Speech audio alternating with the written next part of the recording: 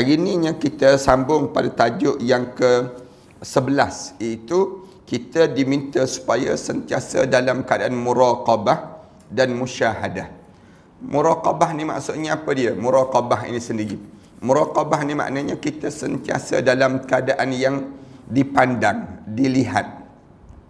Kemudian musyahadah, kita sentiasa disaksikan. Maknanya dalam hidup kita ni kita kena ada sentiasa ada setiap benda yang kita buat ni biar jadi saksi, biar jadi saksi. Itu dalam hidup kita dipanggil keadaan yang demikian. Hari ni kita bincang tajuk ni lah, apa maksud muraqabah? Apa maksud musyahadah yang mesti ditanam dalam jiwa kita? Neraca keberuntungan dan keberhasilan dalam menempuh jalan menuju kepada Allah Ta'ala ialah apabila ia sampai kepada maqam ihsan seseorang. Seorang ni dia akan jadi hebat bila kita ni naik kedudukan sampai kita ada ihsan. Ihsan tu apa dia? An ta'budullah ka'annaka tarah fa in lam takun tarah fa innahu yarak. Tu Rasulullah sallallahu alaihi wasallam ajar kan, bila malaikat Jibril datang, malaikat Jibril duduk depan sahabat-sahabat menyamar menjadi manusia tu, dia tanya mal Islam. Mal Islam, apa dia Islam? Lalu Rasulullah jawab, anta syahada an la ilaha illallah wa anna Muhammadar Rasulullah wa aqamus salah wa atuz zakah. Wa mal iman, ditanya. Lepas pada tanya mal Islam, dia pun sebut sadaqta. Betul apa yang kamu sebut. Lalu dia ditanya lagi, mal iman, apa dia iman? Lalu Rasulullah sebut, iman an tu'minu billah wa malaikatihi wa kutubihi wa rusulih. Kemudian Rasulullah sebut, lalu malaikat Jibril itu sebut, sadaqta, betul apa yang kamu sebut. Kemudian lepas pada tu, sahabat-sahabat ni pelik lah. Dia tanya, dia membetulkan. Kemudian ditanya lagi, wamal ihsan, apa dia ihsan? Ihsan tu apa dia? Lalu Rasulullah sebut, anta'budallah ka'annaka tarah fa in lam takun tarah fa innahu yarak. Ihsan ni, kamu kena jadi hamba pada Allah ka'annaka tarah, seumpama kamu ni nampak Allah. Kamu ni jadi hamba pada Allah ni seolah-olah kamu nampak aja Allah. Ka'annaka tarah, kamu nampak Allah. Fa in lam takun tarah, kalau kamu tak rasa yang kamu ni nampak Allah, fa innahu yarak, sesungguhnya Allah sentiasa memandang kamu. Tu ihsan. Ihsan dalam diri kita ni, dia kena bentuk 2-3 benda ni, komponen untuk keimanan kita pada Allah Subhanahu Wa Taala. Tu cara demikian. Lalu dia tanya, bila nak berlakunya kiamat? Hadis tu kan hadis panjang kan? Hadis yang disebut tentang asas kepada Islam. Hadis tersebut. Lalu katanya Rasulullah, orang yang tanya ni lebih tahu bila masa yang akan berlaku dibandingkan dengan aku. Kemudian dia pun tanya balik, apa dia alamat kiamat? Ditanya lagi pada Rasulullah, apa dia tanda-tanda kiamat? Rasulullah sallallahu alaihi wasallam sebut, di antara tanda-tanda nak berlakunya kiamat, di mana seorang manusia berlumba untuk membina bangunan yang tinggi. Kemudian lepas itu, ibu melahirkan tuannya. Rasulullah sallallahu alaihi wasallam sebut tanda nak berlaku kiamat itu. Hadis ni hadis yang panjang. Salah satunya disebutnya ihsan. Ihsan ni maknanya dalam diri kita ni kena jadi pada diri kita ni untuk sampai kepada Allah, dekat dengan Allah ni kena ada ihsan. Dalam hidup kita ni, kita kena ingat ada 3 kelompok yang kita kena rapat dalam hidup kita ni. Yang pertama, rapatkan diri kita pada Allah. Ini usaha dalam sepanjang masa dalam hidup kita ni, mesti usaha untuk merapatkan diri pada Allah, mendekatkan diri pada Allah. Semakin berusia, semakin kita dekat dengan Allah. Itu cara demikian. Jangan kita rapat dengan makhluk, jangan, rugi kita. Tapi kena rapat dengan Khalik. Yang kedua, merapatkan diri dengan Nabi Muhammad sallallahu alaihi wasallam. Ini cara kita lah dalam hidup kita. Kemudian hidup kita ni kena usaha untuk nak rapatkan dengan Nabi Muhammad sallallahu alaihi wasallam. Macam mana cara? Ikut sunnah Rasulullah, selawat pada Rasulullah, segala benda yang kita buat ni biar kita dekat dengan Rasulullah sallallahu alaihi wasallam. Bila kita meninggal dunia tu, dibangun di akhirat nanti, Rasulullah cam muka kita. Rasulullah kenal kita. sehingga kan kita layak untuk diberi syafaat oleh Nabi Muhammad sallallahu alaihi wasallam. Yang ketiga, merapatkan diri kita dengan para alim ulama, warasatul anbiya. Ini usaha kita lah di atas dunia. Yang ni je yang kita nampak. Orang-orang yang alim, orang soleh, kita tumpang kealiman dia, kesalehan dia, supaya dia boleh bawa kita untuk kenal Allah, kenal Rasulullah sallallahu alaihi wasallam. Itu cara dalam hidup kita atas dunia ni. Usahalah pada diri kita. Jangan kita usaha nak rapatkan dengan mana-mana pembesar. Jangan kita usahakan nak rapat diri kita dengan mana-mana pemerintah. Tak payahlah. Sebaik-baiknya dalam hidup kita ni, usaha pada diri kitanya biar dapat rapat dengan Allah. Biar Allah kenal kita. Macam mana nak rapat dengan Allah? Ihsan. Kena ada ihsan. Siapa yang tak ada ihsan, dia tak boleh dekat dengan Allah. Dia kena ada dalam jiwa dia ni ihsan. Ihsan ni apa dia? An ta'budallah ka'annaka tarah. Kamu kena jadi hamba pada Allah macam kamu nampak Allah. Ka'annaka tarah. Kamu nampak Allah macam mana? Fa illam takun tarah fa innahu yarak. Kalau kamu tak nampak Allah, kamu kena rasa Allah sentiasa memerhati pada kamu. Tingkah laku kamu tu sentiasa dalam keadaan merhatian Allah. Kita ni kan, kalau kita ni tak rasa CCTV itu sentiasa merakam perbuatan kita, kita rasa macam mana? Rasa payah juga nak kentut depan CCTV itu kan. Payah juga kita je nak apa dia, kalau sentiasa dipandang. Payah juga kita nak cungkir gigi, nak korek hidung seorang-seorang. Kalau kita rasa CCTV itu sentiasa tu baru kita rasa dengan CCTV. Cuba bayangkan Allah yang sentiasa memandang kita, sentiasa memerhatikan segala perbuatan kita. Itu dipanggil ihsan. Ihsan, tentu kita tak berani nak buat maksiat.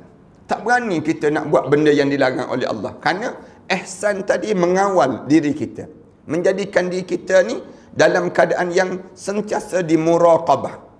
Tu asal tajuk yang kita bincangkan ini. Inilah yang dapat dikatakan sebagai kedua maqam, yakni musyahadah dan muraqabah. Yang inilah kalau kita sentiasa dirasakan, dipandang, ihsan ada pada diri kita tu, maknanya kita dah ada dah muraqabah dan musyahadah. Senang ceritanya, bila kita dah rasa dah benda demikian pada diri kita ni, lalu kita tak berani nak buat benda yang dilarang oleh Allah, dan kita berani buat benda yang disuruh oleh Allah. Nanti dia akan jadi seronok lah. Kita jadi seronok, tak berani nak buat benda yang dilarang oleh Allah. Kerana nanti kesan dia, bila kita langgar juga perintah Allah, nanti bila kita sampai di akhirat, habis kita, rugi kita. Tapi kita berani untuk nak buat benda yang disuruh oleh Allah, walaupun orang lain benci, walaupun manusia ni benci. Berani nak semayang. Dulu orang takut nak semayang, berani nak tutup aurat, berani nak apa dia, berani kita nak tunjuk kita ni Islam. Kenapa? Kerana kita ni ada ihsan dalam diri kita. Kalau kita tak ada ihsan, mana mungkin kalau orang lelaki dia nak berjalan pakai kopiah, payahlah dia. Kerana dia tak ada ihsan. Bila dia ada ihsan, dia kata aku nak tunjuk pada Allah.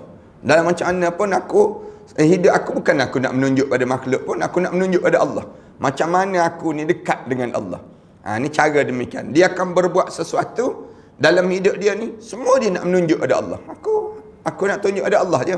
Orang kata cantik-cantik pagi ni, kamu nak tunjuk pada siapa? Nak tunjuk pada Allah. Ya.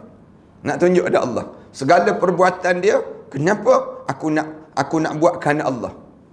Bila dia masak, bila dia buat apa saja pun, aku kerana Allah. Ni kerana ada ihsan. Bila kita ada ihsan tu, kita tak ada dah kita nak menunjuk pada makhluk, kita tak ada dah nak rasa pujian manusia, tapi kita nak pujian Allah dalam hidup kita. Ni ihsan. Ni sampai kalau kita boleh sampai tahap ni, maknanya kamu dah ada dah muraqabah dan musyahadah pada diri kamu demikian. Makna muraqabah yang sebenarnya, dia mula kita nak hurai. Apa makna muraqabah yang sebenar? Ialah seorang merasakan bahawa Allah itu betul-betul melihat padanya. Makna muraqabah ni, kita rasa kita sentiasa dipandang dan diawasi di sisi Allah. Allah sentiasa pandang perbuatan kita. Orang kita kan, kalau bakal mertua bakal mertua dia ada, dia nak semayang misal contoh, khusyuk terus semayang, bakal mertua dia ni misal contohnya, ni yang contoh, kerana dia rasa muraqabah, dia rasa dia tengok ni. Bila orang pandang pada kita, kebanyakan orang kita bila dipandang, dia akan jadi yang terbaik terus. Jangan kita rasa orang. Dalam hidup kita ni kena rasa Allah yang sentiasa memandang kita.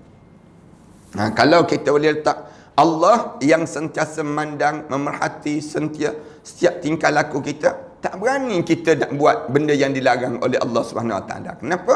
Kerana kita sentiasa dipandang. Sedangkan musyahadah ialah apabila engkau dapat menyembah Allah, seakan-akan kamu dapat melihat Allah Subhanahu Wa Taala. Musyahadah maknanya kamu ni menjadi hamba pada Allah, seolah-olah kamu ni nampak Allah. Ka'annaka tarah, seumpama kamu nampak Allah Subhanahu Wa Taala. Bila kita nampak Allah, maknanya kita nampak satu benda tersebut, tentulah kita berbuat sesuatu dengan penuh kekhusyukan kepada Allah Subhanahu Wa Taala. Kalau kita rasa demikian pada kita, seolah-olah dia panggil demikian, seakan-akan kamu dapat melihat Allah. Allahu Akbar. Ni nikmat yang terhebat dalam hidup lah. Sebab tak ada nikmat yang paling besar atas dunia ini kecuali nikmat melihat Allah. Dalam syurga nanti, nikmat yang paling seronok sekali, kalau ditanya nikmat apa? Nikmat makan ke? Nikmat berjalan ke? Tak ada. Allah jadikan nikmat yang paling hebat, nikmat melihat Allah. Bila dapat nikmat, dapat melihat Allah dalam syurga tu, tapi kita rasa di atas dunia ni lagi. Rasa dah. Kenapa kita tengok peristiwa yang terjadi? Kita nampak badan kita, kita nampak keadaan diri kita. Maknanya, ni dipanggil rasa musyahadah dengan Allah. Kenapa kita rasa kita heran dengan diri kita ni sendiri? Macam mana kena penyakit ni? Penyakit pada diri kita ni kan? Dalam hidup kita ni. Yang kita ni, padahal kita dah jaga dah. Padahal kita dah makan ubat dah. Padahal kita dah buat dah. Tapi penyakit ni ada lagi pada diri kita. Macam mana kita nak buat? Misal contohnya, ni dipanggil, lalu kita rasa Allah lah yang mengurniakan segala sesuatu pada diri kita. Ni dipanggil musyahadah. Orang yang musyahadah ni sampai peringkat menggigil tu badan dia. Kalau dia baca Quran, mengalir mata dia. Kalau dia orang musyahadah ni sampai peringkat dalam diri kita ni, kita berbuat, kita bagi suatu benda, kita penuh keikhlasan. Kita buat tu tak ada nak merungut-rungut, tak ada dah nak mengungkit-ungkit. Bila kita dah sampai peringkat musyahadah dalam diri kita. Yang ni kena usaha untuk masukkan dalam badan kita perasaan demikian pada diri kita. Manakala kamu ingin mengetahui sampai di mana kelengahan dan juga kekurangan kamu, sedangkan yang kamu menginginkan kesempurnaan dan kecukupan kamu. Kita ni nak ingin sempurna, tapi ada je benda yang cacat dalam diri kita. Ada je yang tak kena pada diri kita. Kita ni kalau boleh nak perfect lah dalam hidup. Tak nak yang pada diri kita ni yang cacat-cacat. Tapi kenapa ada juga cacat? Kenapa juga ada juga yang disebut dengan kelemahan-kelemahan tertentu tubuh badan kita. Dan bagaimana kelalaian kamu sedangkan yang kamu menginginkan keutuhan kamu. Maka cara je ialah hendaknya kamu meneliti kedua macam persoalan tadi dalam hati dan jiwa kamu sendiri. Dua-dua benda ni kita masuk dalam jiwa kita. Muraqabah dan musyahadah. Bila kita nampak dua perkara tersebut, kekallah, masuklah dalam jiwa kita keadaan demikian. Apa yang ada di dalam hati kamu itu ialah yang merupakan neraca ataupun ataupun timbangan yang tidak pernah meleset sama sekali dan tidak mungkin keliru dan salah.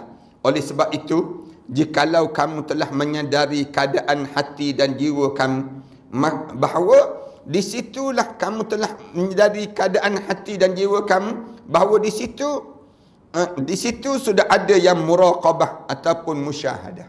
Kalau kita dah rasa dah yang kita sebut tadi, kita rasa dah gambaran keadaan yang berlaku dalam hidup kita dan sebagainya, tanda kita akan jawab Allah dalam hidup kita. Allah yang menjadikan sesuatu yang terjadi pada diri kita ini. Maka kamu adalah manusia yang beruntung kalau kamu ada keadaan demikian. Kamu dah dianggap manusia yang beruntung kerana kamu dah ada muraqabah, kamu dah ada musyahadah. Allah payah kan nak naik darjat dalam ilmu tasawuf ni dipanggil. Kita kata Allah jauhnya saya ustaz. Tak sampai tahap demikian. Ustaz pun tak sampai. Maknanya di mana orang yang boleh sampai tahap di mana dia rasa sentiasa setiap benda yang dia buat tu dia sedang dipandang oleh Allah dan dia nampak Allah segala benda yang dilakukan pada diri dia. Dipanggil orang ni orang yang beruntung dalam hidup dia. Kalau dia sembahyang jadi khusyuk. Kalau dia baca Quran jadi nikmat. Kalau dia bersedekah dia jadi seikhlas mungkin. Kalau dia berbuat amalan dalam kehidupan dia akan rasa diri dia ni dia bukan buat kerana suami dia, isteri dia, tapi dia buat kerana Allah. Ni dalam hidup dia ni orang yang dia panggil naik kedudukan dia dan beruntunglah hidup dia. Lagi pula selamat dalam perjalanan kami. Kalau kamu sentiasa buat macam ni selamat dalam hidup kami. Ni kerana apa dia? Kerana kamu tahu Allah sentiasa melihat. Allah sentiasa memerhati setiap apa yang kamu lakukan di atas dunia ini. Di akhirat nanti Allah tayangkan balik di padang mahsyar. Bila Allah tayangkan balik, kita kata habislah aku. Kalau aku buat benda yang tak baik, malulah aku. Malu tak malu, manusia di padang mahsyar nanti sampai peringkat Rasulullah kata muka ni sama dengan telapak kaki. Malu di akhirat nanti. Malunya manusia di akhirat nanti sampai peringkat muka dia kan duduk tegak kan di atas dunia ni. Kita berdiri tegak. Bila kita malu, na'udzubillah min dzalik, manusia ni malunya sampai muka dia tu tunduk sama dengan telapak kaki. Allahu akbar. Di akhirat Allah Subhanahu wa taala nanti. Kerana apa dia jadi demikian? Kerananya puncanya kita ni atas dunia ni kita tidak ada musyahadah, muraqabah dan musyahadah. Kalau orang yang ada muraqabah dan musyahadah di atas dunia ini, dia tak berani nak buat benda yang dilarang oleh Allah. Dia tak berani nak buat benda-benda yang sikit sekalipun. Setengah orang yang warak sungguh, pijak semut orang tak berani, takut. Yang takut sungguh dah kerana dia tahu macam mana nak jawab di akhirat nanti. Macam Nabi Sulaiman tu kan. Sampai peringkat Allah cerita bagaimana hebatnya dia tu. Sampai semut-semut kata akan kejap lagi akan lalu tentera-tentera Sulaiman. Masuk. Nabi Sulaiman tu tersenyum. Senyum Nabi Sulaiman. Kenapa? Dia ada muraqabah dan ada musyahadah. Tu nak sebutnya sampai tahap demikian. Ni kita ni pijak je lah. Benar apa? Tai ayam pun kita pijak lagi. Maknanya pada diri kita tak peduli langsung. Kita redah je dalam hidup kita. Ini jenis orang yang dipanggil dalam istilah orang kita dipanggil sembrono. Bila orang yang hidup sembrono, dia tidak ada musyahadah, dia tidak ada yang dinamakan dengan muraqabah pada diri kita. Jangan hidup ni jangan sembrono, jangan. Tapi dia kena tahu perjalanan dia nak ke mana. Tetapi sebaliknya, apabila tidak sebagaimana yang kamu harapkan, artinya masih terasa ada kekurangan dan kelalaian. Hendaklah kamu berusaha keras sekeras-kerasnya untuk mendapat apa yang kamu tuju sehingga mencapai apa yang semestinya wajib diraih dan dikendaki dalam tubuh badan kamu. Maknanya kalau kita tak dapat lagi keadaan masih lagi rasa ada kelemahan, rasa galat lagi dengan hidup kita ni. Tubuh badan kita rasa galat. Pasangan hidup kita rasa galat. Ataupun keluarga kita rasa galat, tak rasa redha dengan setiap apa yang kita dapat dalam diri kita ni, tanda kamu belum lagi sampai peringkat muraqabah dan musyahadah. Belum lagi. Tapi kalau kita dirasa sentiasa dipandang, dilihat oleh Allah, itu maknanya naik dah tu kedudukan. Bersih dah tu jiwa kamu tu pada diri kamu. Ni kita ni sentiasa merungut kan. Semua tak cukup. Semua tak kena dalam hidup. Kenapa? Kerana kita tidak ada muraqabah dan tidak ada musyahadah. Begitu tanda ataupun alamat hati dan jiwa kamu memang hidup dan dapat diandaikan kebaikannya, dan dengan demikian maka kamu akan merasakan ada sifat-sifat Allah Ta'ala. Bila kita boleh lakukan demikian. Dan kamu tidak berusaha untuk mencontohinya. Dan kamu telah berusaha mencontohinya. Akibatnya kamu akan merasakan bahawasanya Allah Subhanahu wa taala betul-betul melihat dan mengetahui bagaimana keadaan kamu yang sebenarnya, dan Allah mendengar hal itu daripada segala penjuru. Maka yang sedemikian itulah yang disebut maqam muraqabah. Itu mengintai-ngintai ataupun melihat-lihat apa yang kamu lakukan. Itulah suatu tanda perihal keampuhan ataupun keistimewaan hati sanubari, sehingga dapat menembus cahaya penglihatan, dan dengan penerobosan mendapat pula mengetahui segala keadaan. Suatu keuntungan besar bagi orang yang memiliki cahaya penglihatan yang luar biasa ini. Sebab penglihatan tersebut dapat dipergunakan untuk merasakan apa sahaja yang perlu diresapkan dalam jiwa, sehingga seakan-akan menyaksikan sendiri pada kekuasaan Allah Azza wa Jalla itu sendiri. Faham ke tak faham? Buat faham lah. Maknanya kita ni orang yang dia bila dia sampai peringkat dia rasa Allah sentiasa perhati pada diri dia. Dia panggil muraqabah. Allah sentiasa pandang pada diri dia. Dia rasa nikmat dalam beribadah pada Allah. Sampai dah pada diri dia demikian. Yang lebih hebat lagi, pandangan dia tu nampak Allah. Dia nampak akhirat Allah, nampak syurga neraka.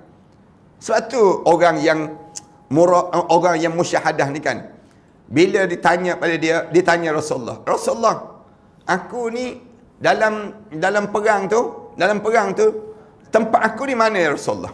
Rasulullah kata, aku nampak tempat kamu dalam syurga. Rasulullah sebut demikian. Dia tengah makan kurma kan? Dia tengah makan kurma waktu tu. Dia tanya Rasulullah, dalam perang ni, tengah perang.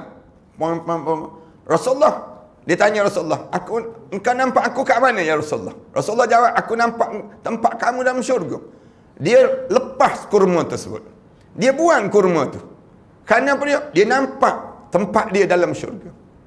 Dia, padahal kalau kita makan, habislah dulu kurma tu. Habiskan dulu kurma tu dah. Senang ceritanya, makan dulu atas dunia, nikmat dunia ni kena rasa lah. Tapi orang yang dia musyahadah, tembus pandangan dia tu, nampak tempat dia dalam syurga, tak sabar dia berada dalam syurga Allah. Itu musyahadah. Demikian orang yang musyahadah ni kan, dia dengar je azan, musyahadah dia tu, dia nampak tempat dia dalam syurga, dia tinggal segala-galanya. Ni kerana musyahadah dia. Nampak, dia tembus pandangan dia. Kerana apa dia? Kerana dia nampak, untungnya aku. Ni orang yang musyahadah dia panggil. Kita ni dia tak sampai tahap demikian. Kita, kalau orang tanya, nampak kat mana kamu? Atas kerusi tu lah. Kita je nampak situ je lah. Kita tak nampak jauh. Tapi orang yang musyahadah ni, dia nampak nikmat-nikmat yang Allah sediakan pada diri dia, sampai dia sanggup meninggalkan dunia ini untuk mendapatkan ganjaran akhirat. Allahu Akbar. Ni orang yang tinggi kedudukan dia. Dan inilah yang mesti ada pada jiwa kita. Macam sahabat kan? Sahabat yang kalau kita bincangkan orang yang muraqabah dan musyahadah ni, sampai peringkat dia sembahyang tu, siap sembahyang bagi salam, tengok darah di lutut dia ni, di betis dia ni. Sahabat-sahabat terkejut. Kenapa darah?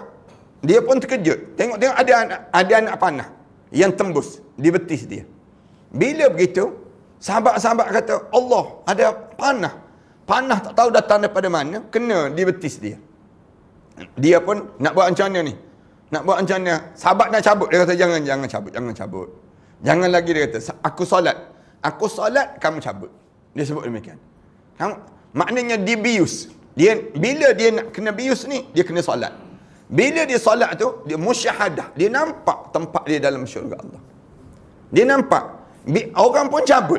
Dia tak terasa cabut. Yang disebut anak panah tadi. Bagi salam. Tanpa dia pandang lagi, dia tanya, dah cabut ke belum? Dia tanya dah cabut ke belum? Sahabat-sahabat kata, dah cabut dah. Alhamdulillah. Maknanya, musyahadah dia tu, tak rasa orang cabut di betis dia tu. Sakit tu tak rasa. Kerana apa dia? Terlampau nikmatnya dia dengan demikian. Macam mana kita nak buat tahap tu? Kitanya dalam diri kita ni untuk dapat kedudukan yang dipanggil kehebatan dia, muraqabah dan musyahadah dia dengan Allah. Kan sahabat-sahabat Sayyidina Umar kan, bila pergi Rasulullah tanya, apa lagi harta yang tinggal dekat rumah kamu? Sayyidina Umar kata, yang ada separuh daripada harta yang aku bagi ni ya Rasulullah. Tahap muraqabah dan musyahadah dia. Datang Umar kata habis, akulah yang terbaik. Dalam jiwa dia terbaik. Kemudian datang Sayyidina Abu Bakar, ditanya, apa lagi yang ada kat rumah kamu wahai Abu Bakar? Rasulullah tanya, apa lagi yang ada kat rumah kamu? Yang kamu infak, kamu bagi-bagi ni, apa lagi yang tinggal? Katanya Abu Bakar, yang tinggal ialah Allah dan juga Rasul lagi kat rumah. Oh, terkejut. Sayyidina Umar terkejut. Tahap muraqabah dan musyahadah dia panggil. Kalaulah Rasulullah tanya kita kan, apa lagi kat rumah kamu? Oh, jenuh nak jawab kita. Jenuh kita. Peti ais ada lagi. Kemudian barang dalam peti ais. Kemudian rak kasut. Kemudian banyaklah kalau kita nak sebut. Baju satu almari lagi. Kemudian bahagian kita ni, kita nak jawab depan Rasulullah. Bila tanya Rasulullah tanya sahabat-sahabat yang muraqabah dan musyahadah ni, sampai peringkat mereka bergadai harta benda. Sampai ada yang pergi berhutang untuk nak tolong kerja-kerja Islam. Ini sampai tak demikian. Di kalangan orang yang muraqabah dan musyahadah dalam hidup dia. Kita mana pernah berhutang nak tolong Islam? Tak ada. Mana ada. Berhutang nak tolong perut kita ada. Dia panggil. Berhutang nak suruh kenyangkan lagi perut kita ada. Makan. Tulis dalam buku 55 tu. Kita, cara kita. Maknanya hidup kita ni masih lagi kebergantungan dengan dunia. Beza dengan orang yang muraqabah ni, sampai peringkat dia nampak ganjaran akhirat tu jauh lebih besar. Walil akhiratu khairan wa abqa. Sampai peringkat nikmat. Segala-gala benda yang dia buat tu rasa nikmat sungguh dalam dia beribadah kepada Allah. Tentu saja manakala kedua maqam ataupun kedudukan yang terpenting itu dimiliki, maka segala sesuatu akan tertutup bagi diri orang yang belum suci dan bersih jiwanya. Ni bila kita memiliki kalau kita dapat dua perkara tadi, maka yang disebut muraqabah dan musyahadah pada diri kita ni akan tertutuplah segala nikmat dunia. Dunia itu tak ada dah pada diri kita. Tapi kalaulah masih lagi tak ada muraqabah dan musyahadah dan kita, nikmat dunia ni masih dirasai. Masih lagi kita rasa lagi kita dibandingkan dengan nikmat akhirat. Orang yang nikmat akhirat ni tak adalah dalam hidup dia. Dia rasa nikmat dia tu kerana muraqabah dia dekat dengan sangat dengan Allah. Kemudian dia musyahadah sangat dengan Allah sampai peringkat segala benda dalam hidup dia akhirat je pada diri dia. Allahu akbar. Oleh itu, hanya manusia yang tidak sakit hatinya saja yang akan memperolehi kedua macam kedudukan yang sempurna tadi. Siapa-siapa yang tak berparut hati dia dengan dunia, maka insya-Allah dia akan dapat muraqabah dan musyahadah. Tapi kalau dalam diri dia masih lagi tentang dunia, hidup ni tentang dunia, urusan kita segala-gala penting terhadap dunia, padahal masa kita hidup 6 hari lagi atas dunia ni. Masa kita hidup ni 2-3 bulan saja lagi atas dunia ni. Tiba-tiba kita rasa lagi tamak dengan dunia. Jangan harap ada muraqabah dan musyahadah orang yang demikian. Tak ada pada diri dia. Kerana ketamakan dengan dunia tadi. Tapi kalau kita ni tak ada, parut-parut dunia ni tak ada dalam jiwa kita ni, insya-Allah muraqabah ni sentiasa ada dalam jiwa seorang. Sedangkan yang sakit tetap juga menderita sampai jiwa dan hatinya menjadi sembuh. Dan juga segala macam penyakit batin dalam hidup dia ni. Jadi segala bentuk penyakit hati itu akan menutupi semua cahaya dan apa sahaja yang tertutup dan tidak masuk dalam hati sanubari, tentu tidak akan merasakan apa pun jua. Namun demikian ada juga jalan untuk menyembuhkan, yakni banyaknya ingat dan zikir pada Allah Subhanahu Wa Taala. Ada juga jalan nak sembuh tu. Dengan cara bagaimana? Kamu kena banyakkan zikir, banyakkan bibir kamu tu sentiasa sebut subhanallah, subhanallah, subhanallah, subhanallah, subhanallah. Lama-lama akan hadir yang disebut dengan musyahadah dan muraqabah tadi. Muraqabah dan musyahadah. Yakni banyakkan ingat dan zikir pada Allah Ta'ala dan banyak merenung serta mengangan-angankan betapa besarnya kuasa dan keagungan Allah Ta'ala itu sendiri. Bagi sayanya, maknanya kalau kita ada peluang baca tentang nikmat-nikmat syurga, ataupun kita duduk saja sentiasa membaca ataupun mendengar cerita-cerita tentang indahnya syurga, yang menyebabkan kita tak rasa lagi indahnya dunia ini.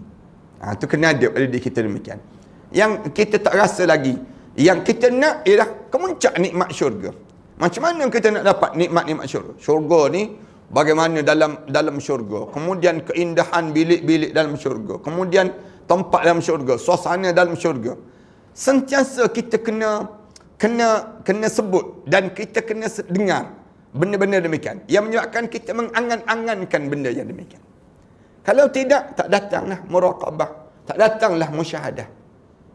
Dan di kita ni kena ada sentiasa pada diri kita ni dengar cerita-cerita macam mana keadaan dalam syurga, kenderaan apa dalam syurga, pasar bagaimana dalam syurga, kemudian suasana wangian apa dalam syurga. Maknanya kita sentiasa dibayangkan benda demikian.